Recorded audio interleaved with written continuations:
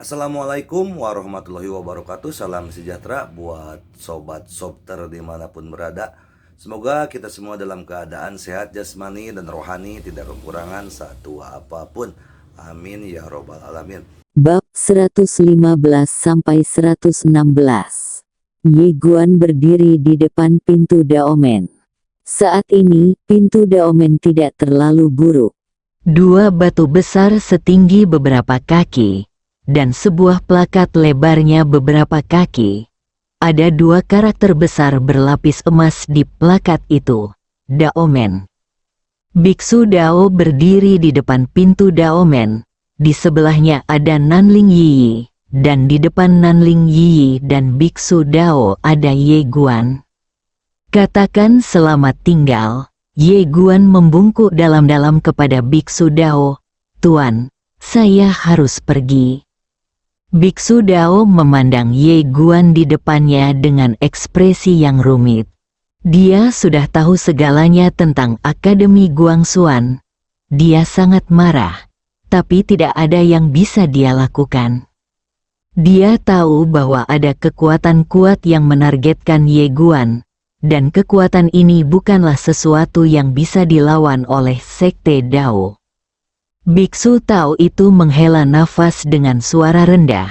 Anak kecil, Tuan tidak kompeten dan tidak bisa melindungimu. Jangan salahkan Tuan.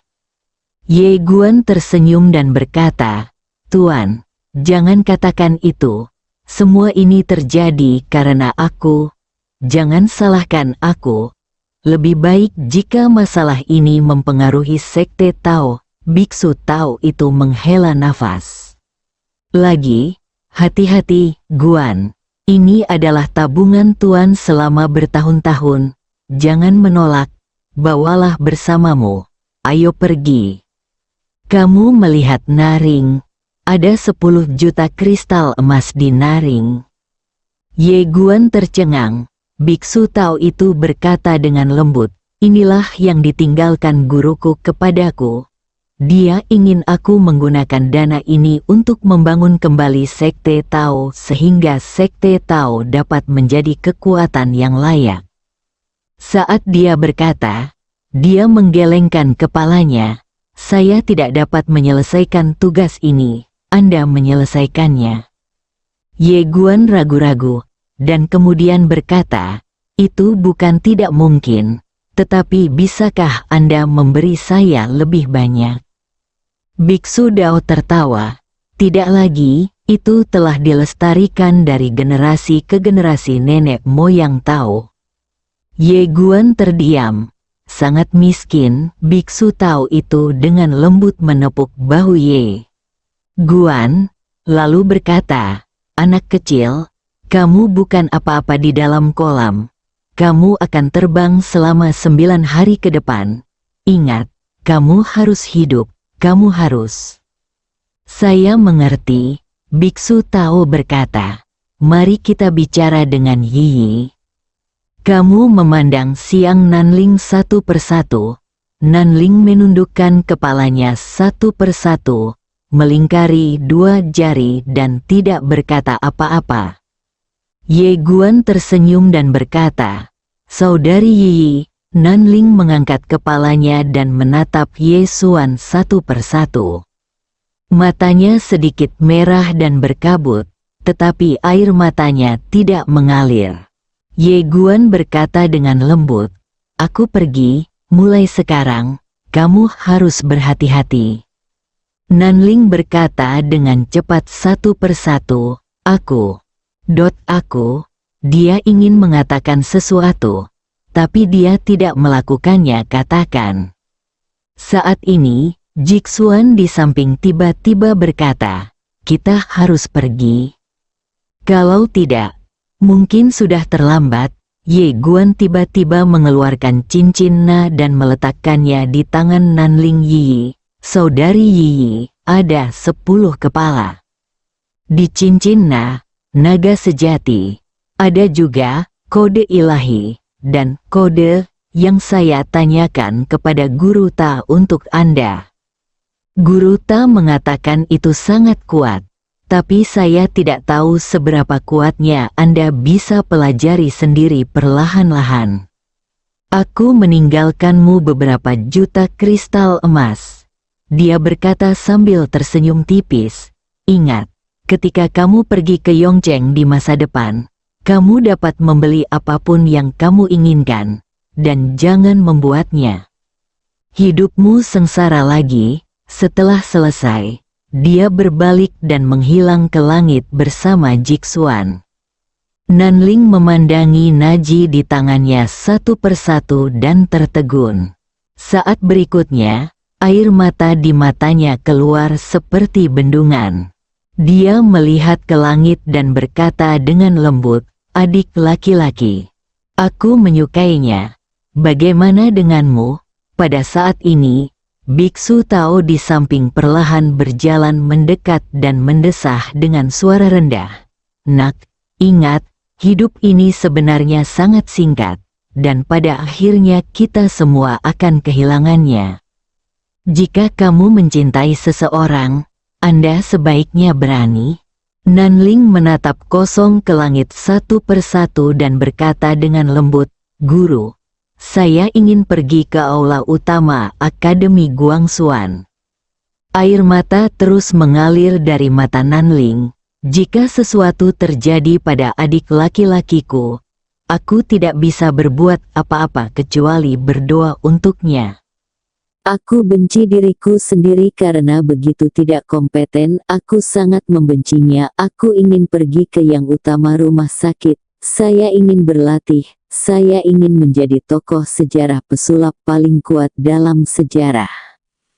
Biksu Dao mengangguk. "Oke." Nanling berbalik dan membungkuk dalam-dalam kepada Biksu Dao. "Guru, mohon berhati-hati. Jangan mabuk lagi saat aku tidak ada." Setelah mengatakan itu, dia berbalik dan berjalan menuruni gunung. Di tempat yang sama, Biksu Dao melihat Nanling turun gunung satu persatu, dan matanya tiba-tiba menjadi kosong. Sekarang, dia satu-satunya yang tersisa di Dao Sek. Guangxuan Universe, benua Xiaoguan, sebuah taman khusus di suatu tempat. Seorang wanita sedang duduk di paviliun, meninjau sesuatu dengan cepat. Orang ini tidak lain adalah Ye Guanzi. Hari ini, Ye Guanzi mengenakan kemeja polos sederhana, dengan rambut panjang tergerai santai di belakang kepala, namun tidak berantakan. Di depannya ada tumpukan tugu peringatan yang menunggu persetujuan. Pada saat ini, seorang wanita tua tiba-tiba muncul di samping Ye Guanzi. Dia memberi sedikit hormat, dan kemudian berkata, "Badan Penegakan Hukum Akademi dan Tiada Ouyuan telah mengeluarkan surat perintah buronan. Siapapun yang dapat membunuh Ye Guanzi akan mendapatkan 3 kekayaan besar." Dengan jutaan kristal abadi, dia berhenti dan kemudian berkata, "Segera setelah perintah hadiah dikeluarkan, monster jenius dari 9 langit dan 10 bumi di alam semesta Guangxuan segera bergegas ke negara ilahi dunia tengah, dan ada juga di sana." Beberapa monster tua di antara mereka, Ye Guanzi meletakkan pena di tangannya dan tetap diam.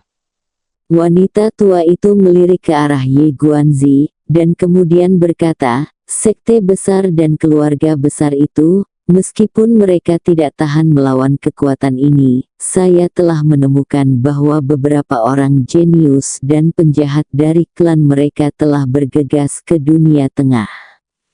Tiongkok, selain itu, beberapa jenius dalam daftar monster juga. Ye Guanzi tiba-tiba bertanya, "Tuan Ye membunuh Andaosin dan mengalahkan yang dari dimensi kelima." Wanita tua itu mengangguk. "Andaosin, dia mengeluarkan tombak seni bela diri, tetapi masih dikalahkan. Anya, kepala keluarga An, secara terbuka ikut campur dalam persaingan antara keduanya, dan mengirim 80% orang kuat keluarga Andi Kingzu ke negara ilahi dunia tengah. Bersiap untuk membunuh Ye Guan dengan paksa, Ye Guanzi berkata dengan tenang, "Siapa orang yang datang untuk menyelamatkan Ye Guan?" Wanita tua itu terdiam. Ye Guanzi memandang wanita tua itu, yang berkata dengan suara yang dalam, "Saya hanya tahu bahwa dia adalah seorang kaisar pedang wanita, tetapi tidak ada yang dapat mengingat penampilannya." Mendengar ini, Ye Guanzi mengerutkan kening, "Di mana yang kamu kenakan?" Wanita itu berkata dengan suara yang dalam, "Gaun merah itu seperti darah." Setelah berpikir sejenak, Ye Guanzi menggelengkan kepalanya, "Saya tidak memiliki kesan apapun." Wanita tua itu mengangguk, "Tuan muda Ye ini juga cukup misterius." Ye Guanzi menggelengkan kepalanya sedikit, "Saya menghukum keluargaan hari itu. Tetapi saya tidak pernah berpikir bahwa sekte dan sekte aristokrat itu." Sekte mengira saya menargetkan mereka, jadi mereka ingin membunuh Ye Guan sebagai peringatan bagi saya. Saat dia mengatakan itu, kilatan permintaan maaf muncul di matanya. Pada akhirnya, kurangnya pemikirankulah yang menyebabkan dia terluka. Jika aku tidak melakukan intervensi hari itu, segalanya mungkin tidak akan sampai pada titik ini. Wanita tua itu menggelengkan kepalanya, "Ini tidak ada hubungannya denganmu. Tanpamu, keluarga An dan klan Tianlong tidak akan melepaskannya. Ini hanya masalah waktu." Saat dia mengatakan itu, dia menatap Ye Guanzi, "Saran saya adalah jangan ikut campur." Ye Guanzi menoleh ke arah wanita tua itu. Wanita tua itu berkata dengan suara yang dalam, "Benar atau salahnya masalah ini tidak penting sekarang. Yang penting adalah sikap mereka, keluarga dan sekte bangsawan. Mereka berpikir bahwa kamu membantu Ye Guan untuk menekan keluarga bangsawan. Dengan sekte tersebut, semakin kamu membantu Ye Guan, semakin banyak masalah yang akan dia alami." Ye Guanzi tiba-tiba berdiri perlahan, berjalan ke samping, menempatkannya tangan di belakang punggungnya, dan tetap diam. Wanita tua itu melanjutkan, "Selanjutnya, Tuan Ye membunuh Tiadao. Kali ini dia tidak hanya memprovokasi sekte dan sekte keluarga, tetapi juga Akademi Tiadao dan Badan Penegakan Hukum. Jika kami masih membantu Ye Guan sekarang, kami akan berperang melawan dia. Tidak baik bagi kita untuk menjadi musuh Tiadao Yuan dan penegakan hukum Yuan." Ye Guanzi tiba-tiba terkekeh. "Tapi menurutku yang benar itu benar dan yang salah itu salah. Itulah yang dilakukan keluargaan. Salah." Diam-diam Tiandao Yuan mendengarkan perintah orang lain dan mengambil tindakan untuk menindas orang. Ini juga salah. Tiongkok Tengah Bumi hanya duduk diam dan membiarkan keluargaan dan keluarga besar lainnya membenci Guansuan. Fa saat dia berbicara, melihat ke langit, wajahnya tanpa ekspresi, sebagai kepala Departemen Seni Liberal Akademi. "Saya memegang kekuasaan yang besar. Jika semuanya hanya tentang kepentingan dan untung dan rugi, dan bukan tentang benar dan salah, maka bisakah saya layak mendapatkan kekuatan ini? Apakah ini layak untuk apa yang telah saya baca selama bertahun-tahun, kontemplasi dan buku misterius?" Setelah mendengar ini, ekspresi wanita tua itu tiba-tiba berubah. Ye Guanzi tiba-tiba berbalik dan berjalan ke paviliun terdekat. Dia tiba-tiba mengambil pena dan mengayunkannya dengan cepat. Ketika dia melihat rangkaian nama sekte dan keluarga bangsawan berikut ini, wajah wanita tua itu langsung menjadi pucat. Dia berkata dengan suara gemetar, Kamu melakukan ini untuk membuat musuh semua keluarga dan sekte bangsawan. Guan, benarkah layak?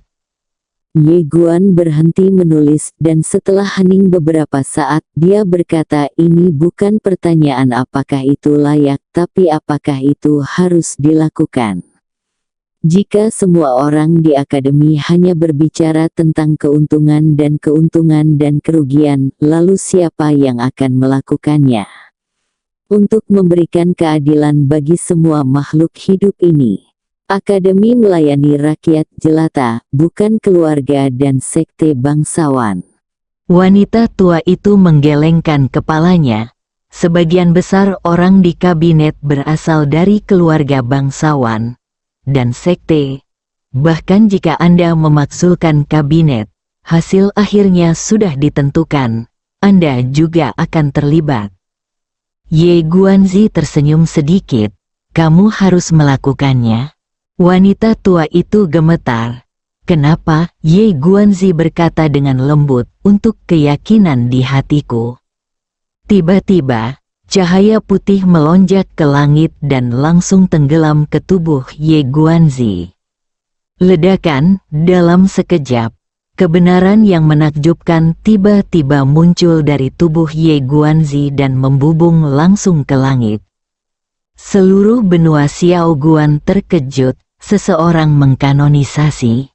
Dalam sekejap, ratusan ribu kesadaran menakutkan melesat ke arah villa ini. Ye Guanzi mengabaikan kebenaran menakjubkan yang terpancar dari tubuhnya dan terus menulis dengan cepat. Setelah beberapa saat, dia mengambil peringatan itu dan berjalan menuju aula kabinet. Dengan setiap langkah yang dia ambil, cahaya putih menembus tubuhnya, dan cahaya putih ini, itulah kebenaran yang menakjubkan antara langit dan bumi. Semua orang kuat di akademi terkejut, perguruan tinggi seni liberal ini membutuhkan santo sastra lainnya. Segera, Ye Guanzi datang ke ruang kabinet. Organisasi paling kuat di alam semesta, terutama setelah hilangnya ahli pedang manusia, kekuatan kabinet ini telah mencapai puncaknya. Seorang lelaki tua mendatangi Ye Guanzi. Dia membungkuk sedikit, selamat. Ye Guanzi menyerahkan peringatan itu kepada lelaki tua itu. Tuan Zhang, maafkan saya. Kabinet. Ye Guanzi berdiri di depan aula kabinet dan perlahan menutup matanya. Setengah jam kemudian, Zhang perlahan berjalan keluar. Dia memandang Ye Guanzi dan menghela nafas dengan suara rendah. Kabinet telah memutuskan bahwa mulai sekarang, Ketua Ye akan diberhentikan dari jabatan ketua, dan pengawal Guangxuan akan diberhentikan dari jabatannya. Tidak lagi memiliki kekuatan untuk mengirim, belajar secara tertutup di Nanyuan, dan dalam 100 tahun, tanpa keputusan kabinet, dia tidak akan diizinkan meninggalkan Nanyuan. Ye Guanzi tetap diam. Singkirkan ketuanya. Di pintu aula kabinet, Ye Guanzi berbalik dan pergi tanpa mengucapkan sepatah kata pun. Tuan Zhang melihat Ye Guanzi pergi dan menghela nafas dengan suara rendah. Berita bahwa Ye Guanzi diberhentikan sebagai kepala eksekutif dengan cepat menyebar ke seluruh Akademi Guangxuan. Berita ini dengan cepat menimbulkan ketidakpuasan yang kuat di antara faksi sekolah seni liberal, sehingga protes yang diorganisir oleh siswa seni liberal tiba-tiba pecah di akademi. Tapi tidak ada gunanya dan dengan cepat ditekan.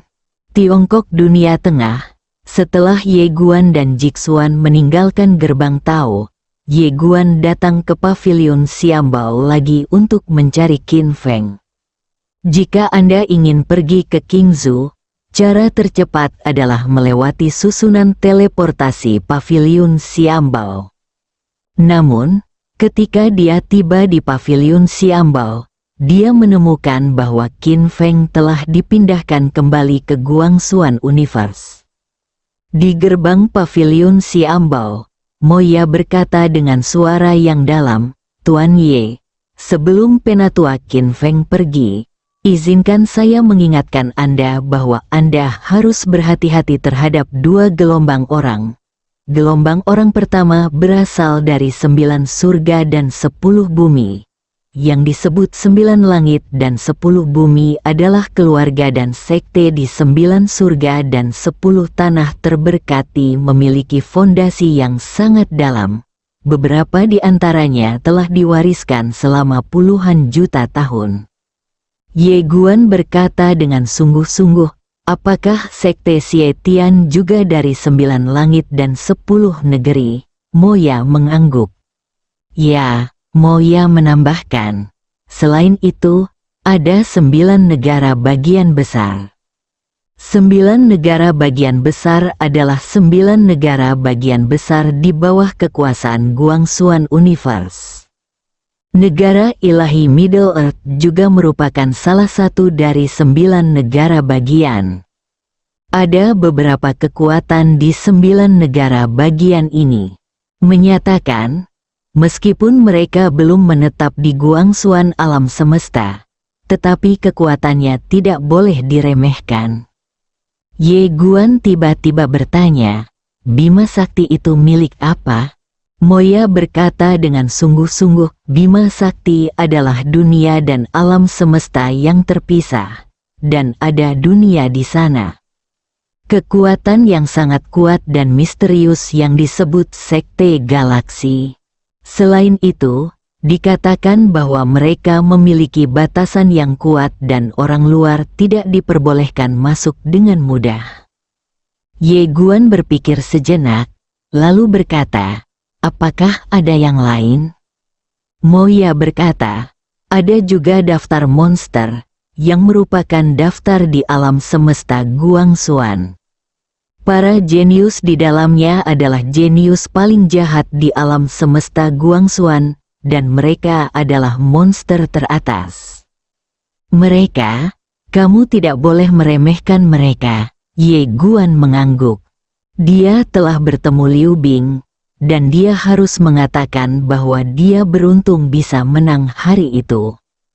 Jika dia menemukannya sekarang, dia tidak takut, tetapi dia tetap tidak bisa merasa jijik. Anda harus tahu bahwa Yun Chen dikalahkan oleh penghinaannya hari itu. Moya melirik Ye Guan dengan ekspresi rumit. Dia tidak menyangka situasinya akan berkembang sejauh ini. Awalnya, dia mengira Ye Guan bisa bersekolah di Akademi Guangxuan, tapi sekarang, Ye Guan langsung dicari oleh markas besar Akademi. Yang bisa kukatakan hanyalah takdir menentukan nasib manusia. Ye Guan mengepalkan tangannya, "Nona Moya, terima kasih banyak. Saya punya satu permintaan tidak baik lagi," Moya berkata. "Apakah Anda ingin menggunakan susunan teleportasi?"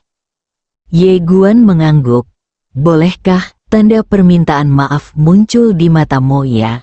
"Tuan Ye, saya baru saja mendapat kabar bahwa mulai sekarang, Paviliun Xiambao telah memasukkan Anda ke dalam daftar hitam dan tidak akan lagi melayani Anda. Selain itu, semua aset Anda di Paviliun Xiambao akan dibekukan." Wajah Jixuan tiba-tiba menjadi gelap. "Itu keterlaluan." Ye Guan menggelengkan kepalanya dan tersenyum pahit. Dia mengira dia akan diinginkan oleh Akademi, tetapi dia akan masuk daftar hitam oleh Paviliun Xiambao. Ini adalah sesuatu yang tidak pernah dia duga. Tentu saja itu normal. Bagaimanapun, Paviliun Xiambao dan Akademi Guangxuan memakai celana yang sama. Moya tiba-tiba mengertakkan giginya. "Tuan Ye, saya bisa mengaktifkannya untuk Anda sekali." Ye Guan memandang Moya, dan Moya berkata dengan sungguh-sungguh, "Mau kemana?"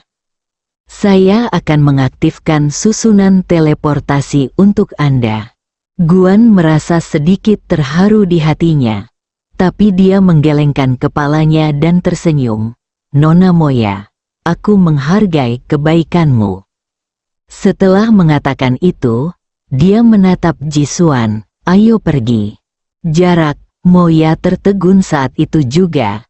Setelah beberapa saat, dia menggelengkan kepalanya dan menghela nafas. Di langit, Jisuan memandang Ye Guan, mengapa kamu tidak setuju? Ye Guan berkata dengan lembut, jika saya setuju, kita dapat mencapai Qingzu secepat mungkin. Tapi bagaimana dengan Nona Moya? Dia akan melakukannya. Pasti akan hukuman di pavilion Xiambao dapat berkisar dari kehilangan nyawa hingga kehilangan pekerjaan atau menghancurkan masa depan. Saat dia mengatakan itu, dia menggelengkan kepalanya sedikit dan berkata, kamu tidak dapat menyakiti orang lain karena dirimu sendiri. Moya telah banyak membantuku, jadi aku tidak akan pergi lagi. Akan sangat tidak bermoral jika menyakitinya. Jisuan melirik ke arah Ye Guan dan tersenyum tipis, itu benar. Sepertinya kita hanya bisa pergi ke Qingzu berjalan kaki. Untungnya, lokasinya tidak terlalu jauh dari Qingzu. Dapat dicapai dalam beberapa bulan. Ye Guan tiba-tiba berkata, bisakah kita mengambil susunan teleportasi? Jisuan memandang Ye Guan, hanya pavilion Xiambao yang memilikinya susunan teleportasi menuju ke tempat itu. Kamu pergi dan ambil yang abadi. Baoge, Ye Guan berpikir sejenak, lalu berkata, bukan tidak mungkin. Ayo ambil uang, Xiaota. Jisuan berguling matanya menatap Ye Guan, apa yang kamu pikirkan? Jika kamu pergi dan merampok pavilion Xiambao, kamu akan mati. Ye Guan bingung, apa maksudmu? Jisuan berkata dengan sungguh-sungguh, sekarang, pavilion Xiambao hanya memblokirmu, mereka tidak membantu Akademi Guangxuan untuk menangkapmu. Setidaknya tidak secara resmi, tapi jika kita merampok pavilion Xiambao, semuanya akan berakhir. Kita pasti diinginkan oleh mereka, itu akan lebih menakutkan daripada yang diinginkan oleh Akademi. Ye Guan sedikit bingung. Mengapa? Jisuan berkata dengan tenang. Karena pavilion Xiambao memiliki sistem intelijen yang sangat kuat ditemukan kemanapun kita pergi. Selain itu, pavilion Xiambao sangat kaya. Jika mereka mengambil 1000, kita dicari oleh ribuan kristal abadi. Percaya atau tidak, orang-orang dari seluruh alam semesta akan datang untuk membunuh kita. Ye Guan dulu diam. Jisuan menggelengkan kepalanya dan tersenyum. Kamu bisa menyinggung Akademi Guangxuan, tapi kamu tidak bisa menyinggung pavilion Xiambao. Kekuatan ini punya terlalu banyak uang. Tidak ada yang tidak bisa mereka selesaikan dengan uang. Jadi, ayo naik kapal Cloud ke Qingzu. Ye Guan dian kepala. Oke. Jisuan tiba-tiba membuka telapak tangannya, dan cahaya putih tiba-tiba terbang ke awan. Cahaya putih menghilang, dan sebuah kapal awan sepanjang ratusan kaki muncul di depan mereka berdua. Ye Guan memandang Jisuan. Apakah kamu punya? Jisuan tersenyum dan berkata, kapal awan itu harus dimiliki untuk melarikan diri. Ayo pergi. Saat dia mengatakan itu, dia membawa Ye Guan dan terbang ke kapal awan. Jisuan mengaktifkan formasi, dan segera, kapal awan berubah menjadi cahaya putih dan melesat ke arah langit. Setelah beberapa saat, keduanya memasuki langit berbintang. Jisuan menarik peta bidang bintang. Setelah melihatnya lama, dia berkata, kamu seharusnya berada di jalur yang benar. Mendengar ini, wajah Ye Guan tiba-tiba menjadi gelap. Apakah kamu yakin? Saya juga yang pertama. perjalanan antar bintang, jadi saya tidak yakin. Ye Guan menggelengkan kepalanya dan tersenyum. Kita tidak boleh salah dengan ini, jika tidak, kita akan benar-benar hancur. Ji Xuan melihatnya dengan hati-hati lagi, dan kemudian berkata, saya yakin, tidak ada masalah. Ye Guan sedikit mengangguk dan jubah putih. Dia sepertinya merasa itu terlalu polos, jadi ujung jubahnya disulam dengan beberapa bunga plum. Saat bunganya mekar penuh, mereka begitu halus dan indah. Rambut perak, jubah salju, Ye Guan berbisik, terima kasih. Jixuan memandang Ye Guan dan tersenyum, terima kasih untuk apa? Ye Guan menggelengkan kepalanya dan tersenyum, terima kasih atas bantuanmu. Jixuan tersenyum sedikit, jangan begitu sopan. Ye Guan ragu-ragu, dia berhenti, lalu berkata, Nona Jixuan, saya ingin bertanya, apa yang terjadi antara Anda dan akademi saat itu? Setelah Jixuan terdiam beberapa saat, dia berkata dengan lembut, Tuanku, dia ingin memperlakukanku seperti tungku. Mendengar ini, Ye Guan mengerutkan kening. Jixuan mengangkat bahu, saya mengekspos dia ke akademi. Tetapi akademi tidak peduli, jadi saya membunuhnya. Sama seperti Anda, setelah membunuh seseorang, banyak masalah akan segera menyusul. Jadi saya tidak akan melakukan apapun. Terus bunuh akademi. Saat dia mengatakan itu, dia menatap Ye Guan dan berkata sambil tersenyum, apakah aku melakukan hal yang benar? Ye Guan mengangguk, itu benar. Ji Xuan tersenyum dan tidak berkata apa-apa. Ye Guan berkata dengan lembut, orang-orang dari rumah sakit utama datang untuk menyelidikinya nanti, dan mereka seharusnya mengetahui kebenaran masalah ini. Namun, mereka tidak membalas dendam padamu, tetapi menyembunyikan masalah itu, kan? Jixuan mengangguk, ya dia menggelengkan kepalanya dan tersenyum. Sebenarnya, kedua pengalaman kami sangat mirip. Alasan kenapa aku membantumu bukan hanya karena kita berteman, tapi juga karena alasan ini. Lagi pula, aku suka melakukan sesuatu dengan santai. Sesederhana itu. Ye Guan berkata dengan lembut, setelah aku meninggalkan Nanzu, aku menyadari bahwa dunia sangat rumit. Begitu banyak yang telah terjadi selama periode ini, dan dia sendiri tidak menyangka hal-hal akan berkembang menjadi seperti ini. Situasinya. Jixuan tiba-tiba bertanya, jika kamu diberi kesempatan lagi, apakah kamu akan membunuh Anjia dan Zhan Tiadao? Ye Guan berkata dengan tenang, tentu saja, terbunuh terhindar. Sudut bibir Jixuan sedikit terangkat, aku juga tidak menyesalinya. Saat dia mengatakan itu, dia mengangkat kepalanya dan melihat ke langit berbintang di kejauhan, dan berkata dengan lembut, katakan padaku, jika kita pergi ke Qingzhou ini waktu, jika Master Pedang Manusia benar-benar muncul, akankah dia bisa menegakkan keadilan untukmu? Ye Guan berkata dengan lembut setelah hening beberapa saat, aku tidak tahu. Ji Xuan berkata sambil tersenyum, aku seharusnya bisa melakukan itu, jika ahli pedang di dunia ini bukan orang suci. Bukankah dunia ini akan sepenuhnya berakhir? Ye Guan mengangguk sedikit, melihat ke kedalaman langit berbintang, dan berkata dalam hatinya, Master Tower, apakah kamu di sana? Setelah hening beberapa saat, menara kecil itu berkata, apa yang kamu lakukan? Orang ini seringkali tidak mengikuti rutinitas dalam melakukan sesuatu dan bertanya, sehingga dia harus sangat energi setiap saat. Ye Guan berbisik, Tuan Ta, Aku punya firasat buruk tentang pergi ke Qingzhou kali ini. Xiao Ta bingung. Kenapa? Ye Guan berkata.